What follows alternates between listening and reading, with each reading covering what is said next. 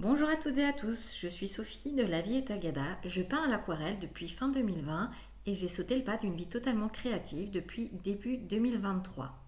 Je te propose aujourd'hui de peindre avec moi des pivoines, une fleur absolument magnifique, intense, avec de belles couleurs, mais qui n'est pas toujours très évident de représenter. Dans un premier temps, je vais te donner quelques petites astuces pour dessiner la forme de ta pivoine, pour bien comprendre sa structure.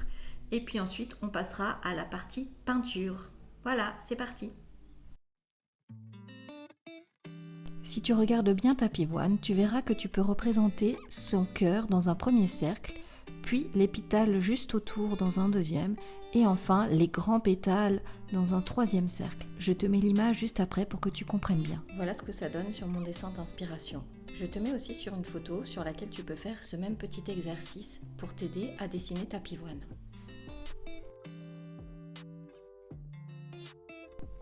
Tu vois que j'ai moi-même représenté les 3 cercles au crayon rapidement sur mon dessin avant de commencer à peindre.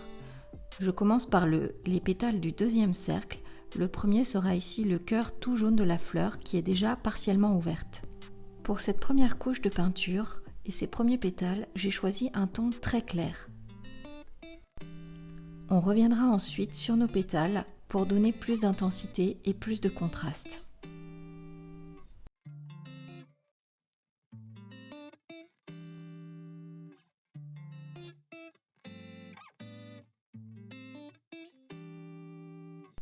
Pour qu'on voit bien le cœur de ma fleur et bien le mettre en valeur, je n'hésite pas à utiliser des couleurs foncées tout autour. Pour faire le centre de la fleur, je commence par une première couche jaune très pâle, c'est un jaune citron que j'ai utilisé, et avec un autre jaune plus foncé, je commence à rajouter des détails. En attendant que ça sèche, je fais quelques feuilles au niveau de la tige de ma pivoine. Pense bien que les feuilles de ta pivoine ne sont pas toutes lisses, elles ont des petites pointes, ça leur donne du relief et les rend plus réalistes. Je te propose aussi d'utiliser au moins 2 types de verre pour varier l'intensité des couleurs. Ici, je dessine une pivoine qui est encore complètement fermée, presque un bouton. Je fais fusionner le vert de la tige avec ma fleur parce que si vous regardez bien des photos de pivoine, vous verrez que quand elles sont encore bien fermées, les pétales sont aussi un peu verts. Je reviens maintenant sur le cœur de ma fleur pour lui donner encore un peu plus d'intensité avec un mélange de style de grain vert et quelques touches de rose opéra.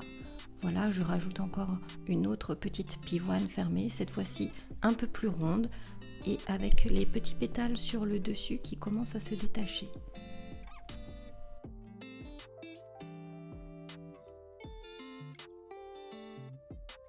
J'ai choisi de terminer ma planche d'études sur les pivoines en calligraphiant joliment leur nom. Et pour garder une trace de mon travail sur les pivoines, je me note aussi les principales couleurs utilisées pour réaliser cette aquarelle. Une dernière chose que j'aimerais partager avec toi avant de te laisser, c'est qu'il ne faut pas te décourager si tu n'arrives pas à un résultat parfait du premier coup. C'est normal, il faut s'entraîner. Je te montre par exemple mes premiers essais de pivoine il y a quelques mois. Et voici encore d'autres de mes essais. Donc comme tu peux voir, des pivoines, j'en ai peint encore et encore, ici par exemple, avant d'arriver à un résultat que je trouve assez satisfaisant. Pas parfait, parce que c'est difficile d'être totalement satisfait de soi-même quand on fait une activité créative ou artistique. Il y a un résultat qui m'apporte quand même de la joie et du plaisir. Donc n'hésite vraiment pas à réessayer encore et encore. Je te noterai aussi dans la description la palette de couleurs que j'ai utilisée et les références de mon pinceau. Si tu as encore d'autres questions, n'hésite pas à me les poser en commentaire. Et si tu as aimé cette vidéo, surtout n'oublie pas de t'abonner et de me laisser un petit pouce en l'air. Merci et à bientôt!